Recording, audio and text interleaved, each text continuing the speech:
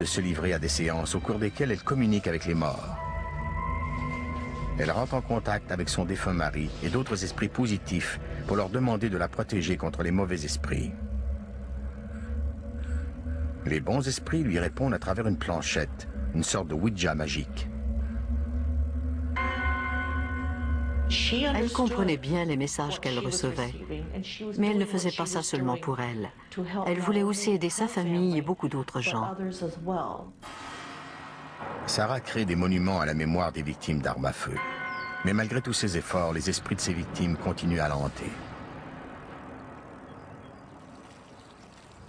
Chaque matin, elle visite ses jardins où elle tente d'interpréter les messages reçus la veille en espérant y trouver les lumières qui pourront la guider. Elle dessine plus de 600 pièces, tourelles, armoires et cheminées.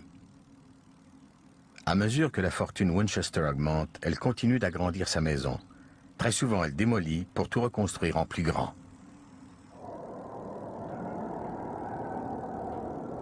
Annette Martin, une voyante, est devenue familière avec l'esprit de Sarah et la maison qu'elle ne quittera jamais. Très souvent, elle s'asseyait là et elle jouait de l'orgue. Sarah a laissé sa marque ici parce qu'elle adorait jouer de l'orgue. Elle aimait beaucoup la musique. Essentiellement, elle adorait tout ce qui était beau. Sarah aimait également l'univers étrange de l'au-delà. C'était une femme mystique, et dans cet univers insolite, le chiffre 13 est sacré. Ce numéro chanceux se retrouve un peu partout dans la maison. L'escalier principal a 13 marches. Il y a 13 panneaux au plafond de sa salle de bal. Elle fait souder une 13e chandelle à ses chandeliers. Certaines de ses fenêtres sont conçues avec des symboles occultes, comme cette toile d'araignée. Mais Sarah est déjà prisonnière d'une toile qu'elle a confectionnée elle-même, prisonnière d'un univers qu'elle ne peut plus quitter. Elle passait tout son temps seule ici avec les esprits. Elle avait des domestiques et une secrétaire, mais elle consacrait toute sa vie à la recherche des esprits. Elle discutait avec ce qu'elle croyait être les esprits des morts. En 1906, la maison de Sarah est devenue un édifice de 7 étages. Mais ce sont les forces de la nature et non celles de l'au-delà qui ébranlent finalement la maison. En 1906, le grand tremblement de terre de San Francisco fait tomber les étages du haut. Sarah interprète l'événement comme un signal venant de l'au-delà. On raconte que Mme Winchester croyait que ce tremblement de terre était une sorte de message des esprits qui disaient qu'elle approchait la fin de sa construction ou qu'elle y dépensait beaucoup trop d'argent. Elle a donc condamné une trentaine de pièces qui étaient à l'avant de la maison et elle a poursuivi ses travaux à l'arrière plutôt qu'en hauteur. Il ne reste plus maintenant qu'une porte et des escaliers de la maison de campagne originale. Sarah poursuit sa construction sans relâche.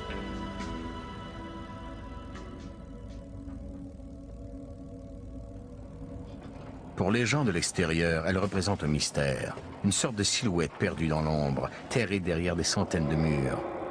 Au cours des années, plusieurs ouvriers sont terrifiés en travaillant ici. Sarah a sa façon à elle d'apparaître soudainement, comme si elle venait de passer à travers un mur. Et son fantôme en fait peut-être autant aujourd'hui. Un matin, j'étais ici très tôt en train de remplir un trou où on venait de faire passer des tuyaux. Et j'ai senti quelqu'un qui tirait sur l'arrière de mon collet. J'ai failli en tomber de mon échelle. Je me suis retourné et il n'y avait personne derrière moi. Il n'y avait rien qui aurait pu s'accrocher à mon collet. Tout de suite, je suis descendu de mon échelle et j'ai couru jusqu'en bas. Les hommes m'ont demandé pourquoi j'étais si pâle. J'étais terrifié. Il y avait vraiment quelque chose d'étrange dans cette maison. Madame Winchester a maintenant de nouvelles forces à son service, des forces spectrales. Un jour, nous sommes venus travailler très tôt le matin et nous marchions dans un corridor. Mais il y avait un homme qui était là. Sa silhouette était un peu nébuleuse, comme s'il avait été debout dans le brouillard. Je l'ai regardé un moment et il m'a regardé à son tour. Puis il a monté un escalier. Nous nous sommes approchés pour regarder vers le haut de l'escalier et il n'y avait personne. On n'entendait même pas le moindre bruit. Il y avait quelque chose de très étrange ce jour-là. Annette Martin peut sentir la présence de ce fantôme, celui d'un travailleur nommé Clyde qui avait participé à la construction. Je ressens clairement la présence de Clyde. Il protège Sarah et sa maison. Il est le gardien de la maison et des terrains qui l'entourent.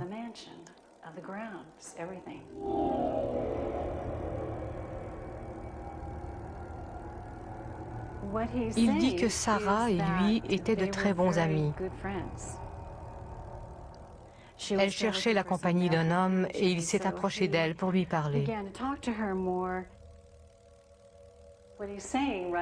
Et maintenant, il dit qu'il lui arrivait parfois de monter dans sa chambre pour l'aborder. Il y avait ce genre d'amour et de compassion entre les deux. Il raconte aussi qu'il marche parfois dans les corridors et que certaines personnes l'ont vu. Mais il ne s'en inquiète pas. Il veut que les gens sachent qu'il est ici parce qu'il y est réellement. Il veut qu'on sache qu'il sera toujours là pour veiller sur la maison.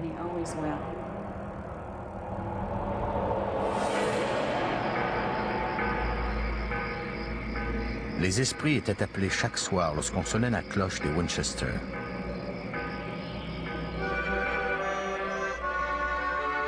Certaines personnes ont entendu le son de l'orgue de Sarah longtemps après qu'elle soit devenue trop arthritique pour jouer.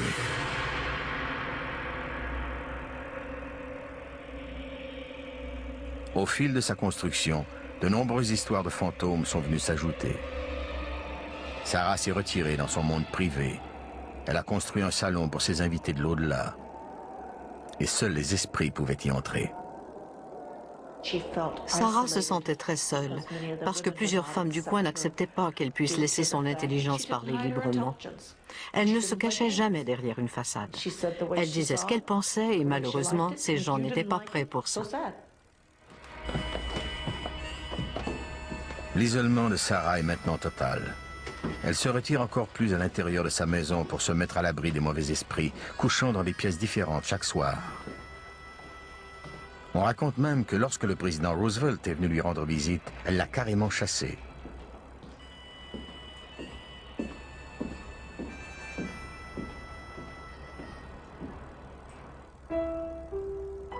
Après presque 40 ans de solitude dans cette maison, Sarah passe sa dernière nuit ici, en 1922. Cette année-là, la compagnie d'armes à feu Winchester cesse de réaliser des profits. Elle commence à s'éteindre avec la mort de Sarah. Le testament de Sarah comporte 13 sections et elle l'a signé 13 fois. Mais cette femme, qui avait plus d'argent qu'elle ne pouvait en dépenser, avait gardé son trésor le plus précieux solidement verrouillé. Dans son coffre-fort, on retrouve 2 mèches de cheveux, une de son mari et une autre de son bébé. Je comprends pourquoi elle avait conservé